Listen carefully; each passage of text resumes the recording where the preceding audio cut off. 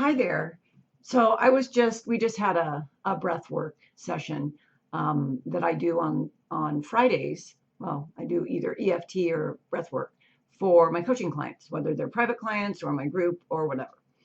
And I wanted to share with you some really important, what I think is important for your well-being and longevity.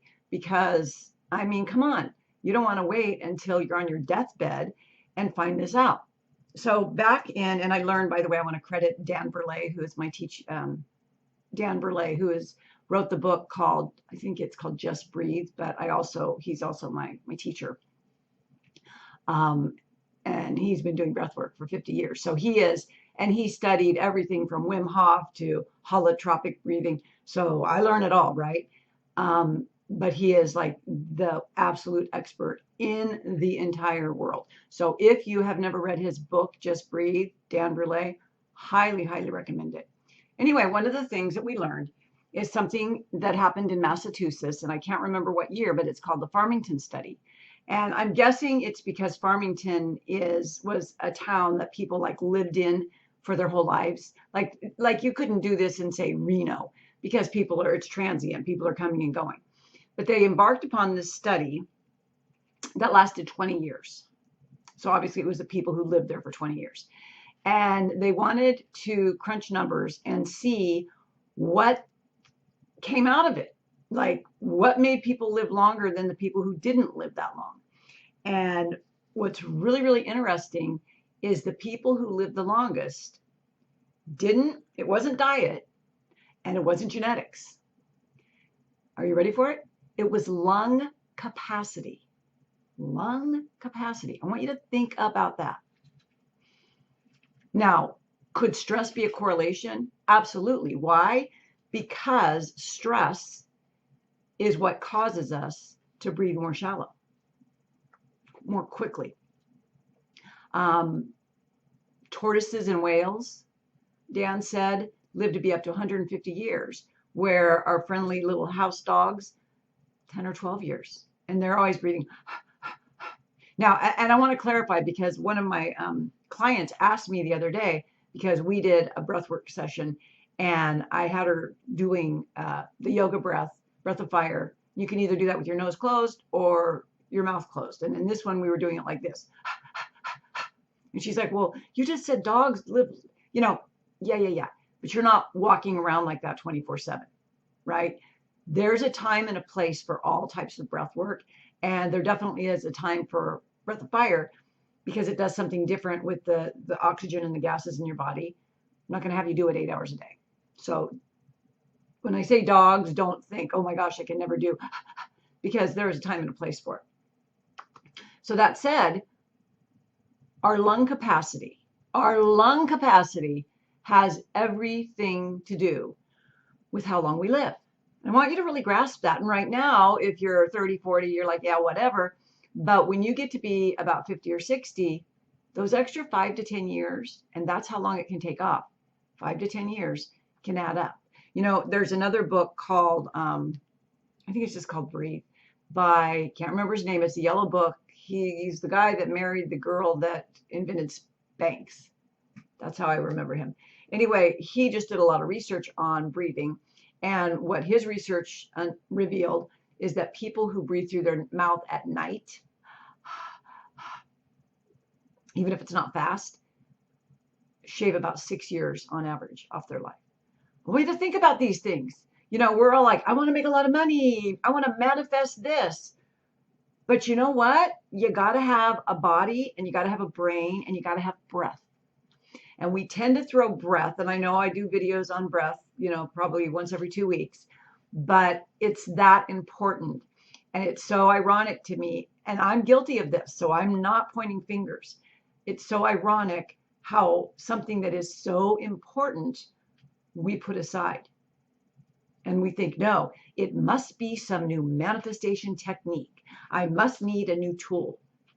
That's how I've always been like, let me buy a new tool. Let me get a new radionics machine. But if we don't pay attention to our breath, I'm going to tie this into manifestation. If we don't pay attention to our breath and be conscious breathers, there's one huge disadvantage. And that is that we can't be present. When we're worried about the future, our breath gets more erratic.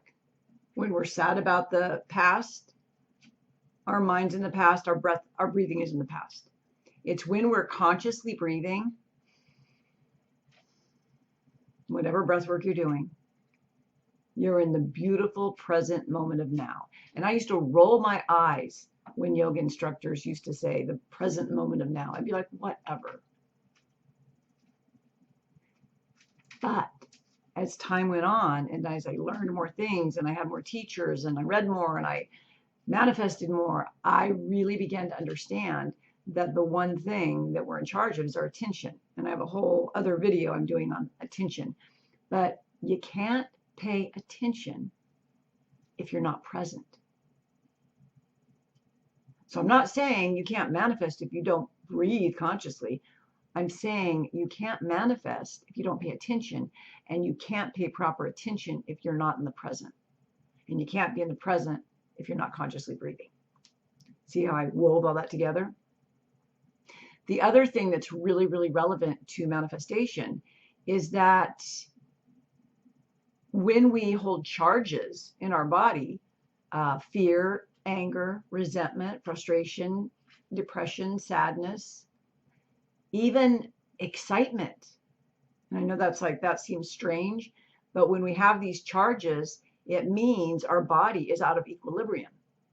And I'm not trying to combine and getting all off track here, because this is about breathing, but I'm going to do another video on what I call conscious collapsing.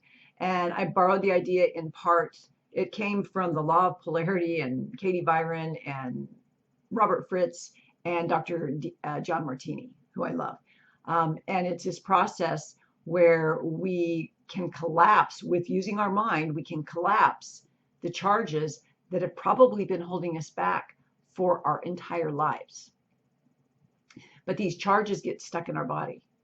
And besides the process that I do, besides that, your breath work is an amazing way to help clear.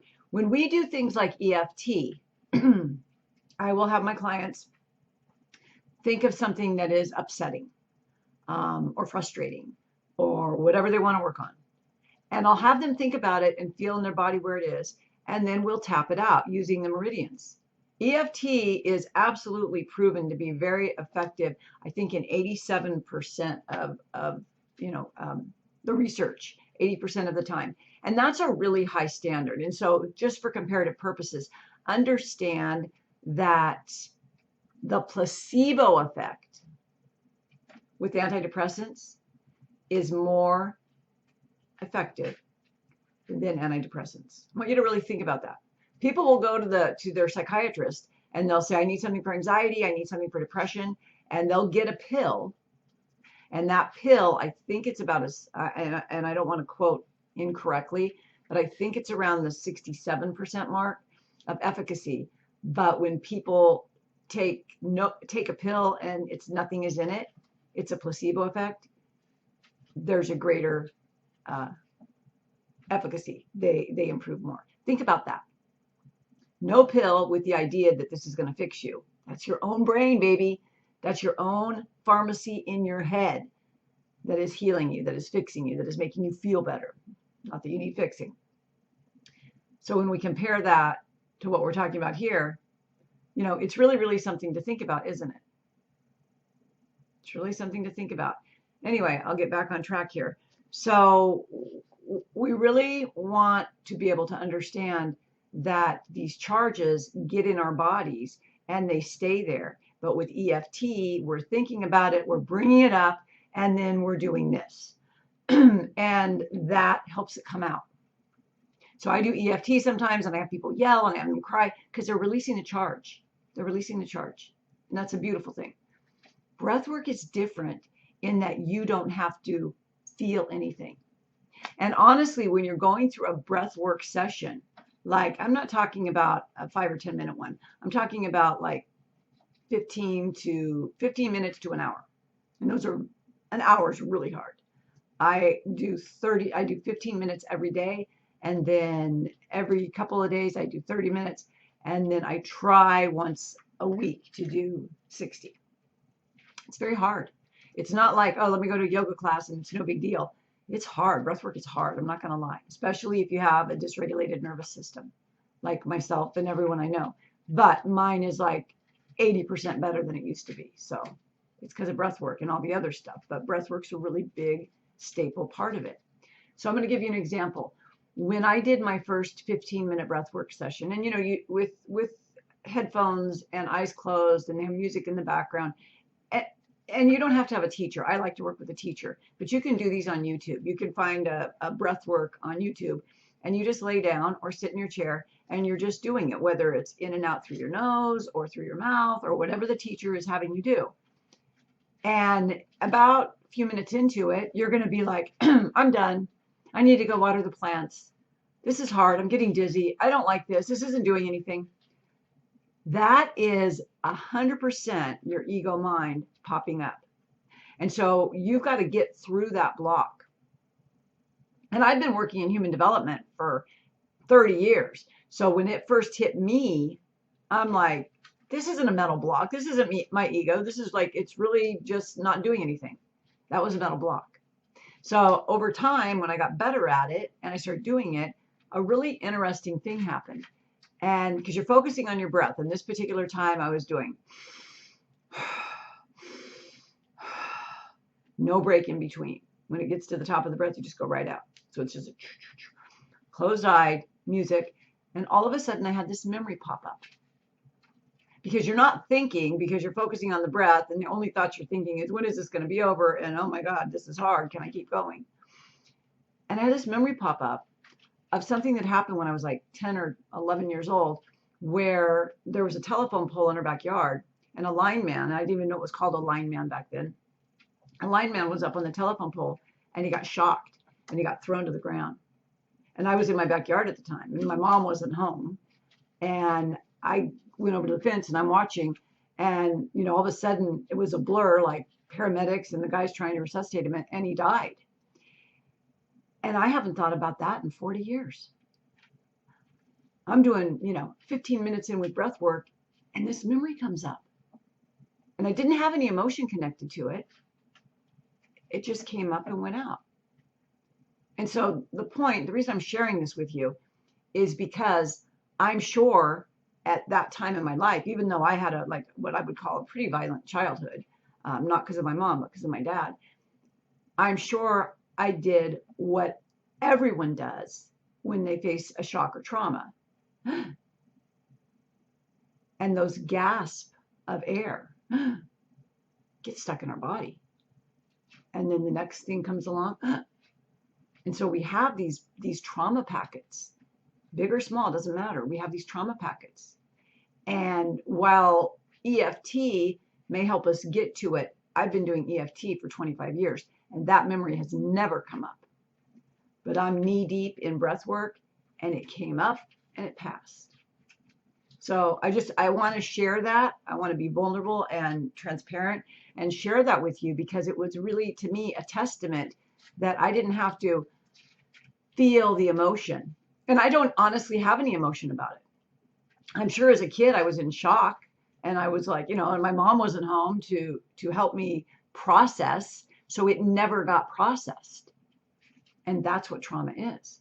Trauma doesn't have to be like really big, or see someone die or have someone leave you. I mean, obviously those can elicit trauma, but it can be other things that you see and you just don't understand, and your brain just wants to protect you. So it's like, let's just put this over here. Let's just bury this in the closet. Breath work is a way that you can bring it up out, and you don't necessarily have to feel it.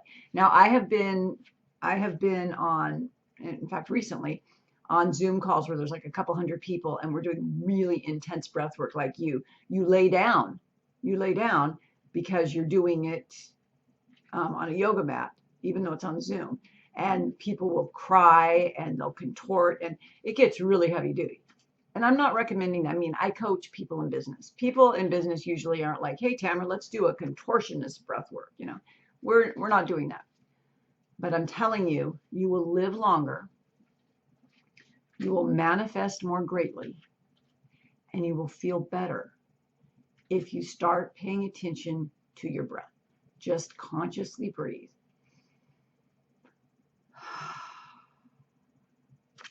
In and out.